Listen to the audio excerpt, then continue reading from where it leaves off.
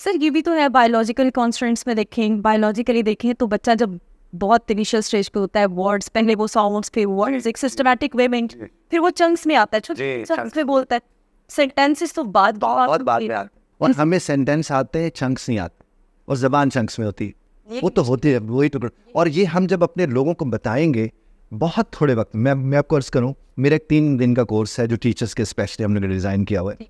3 दिन के कोर्स में हम टीचर को कहते हैं पहले अपने टेस्ट करा लेंगे आप कहाँ खड़े हैं, फिर 3 दिन पढ़ाने के बाद कहते हैं अब अपने टेस्ट करा लेंगे आप कहाँ खड़े हैं। तो इतना बड़ा वाज़ेह फ़र्क आता है कि हैरानी होती है, खुद उन्हें भी हैरानी हो रही होती है।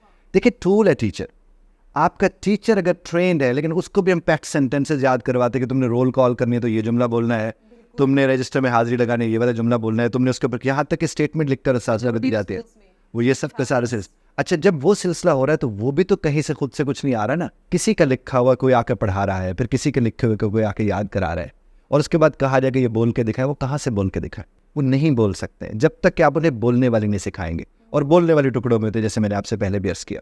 अब देखिए आप किसी से कहते हैं कि are you going there, are you going there, ये पूरा एक सेंटेंस हो गया। और अगर आप किसी कहते हैं गोइंग देयर, ये अंग्रेजी है, वो अंग्रेजी नहीं थी। अब जब जिस घड़ी आपने से पूछा गो इन देयर, अपने इंटोन भी कर दिया, आपने उसमें सवालिया निशान भी डाल दिया, क्योंकि आपने गो इन देयर में उसको इंटोन इस तरह से किया था। जिस घड़ी आपने उसे किया, उसने कहा, क्योंकि आपने से पूछा कि जा रहे हो फिर वहाँ, अब उसने आगे से कह दिया कहाँ।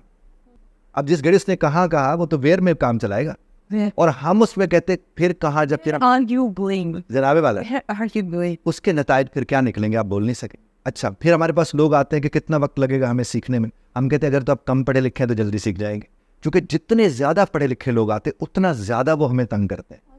तो अनलर्न करवाना पड़ता है। हम उन्हें कहते हैं आपको ख़राब हुए इतने बरस बीत गया है कि आपको ठीक करने। अच्छा हाँ, नहीं होता यही है मैडम, जितने भी लोग हैं PhD आ जाए, MPhil आ जाए, MA आ, ये लोग बहुत वक्त लगता है इनको अंग्रेज़ी ज़बान ठीक करने में। और अगर एक आ जाए, हम अक्सर लोग कहते हैं आपको ABC आती है, वो कहते हैं वो आते, कहते हैं हम कहते हैं हम जल्दी सीख लें। बिल्कुल ठीक है, ठीक है, क्योंकि बहुत थोड़े वक्त में आप उसे सिखा सकते हैं अगर ज़बान सिखानी। हाँ अदब तो ज़ाहिर है इट टेक्स टाइम।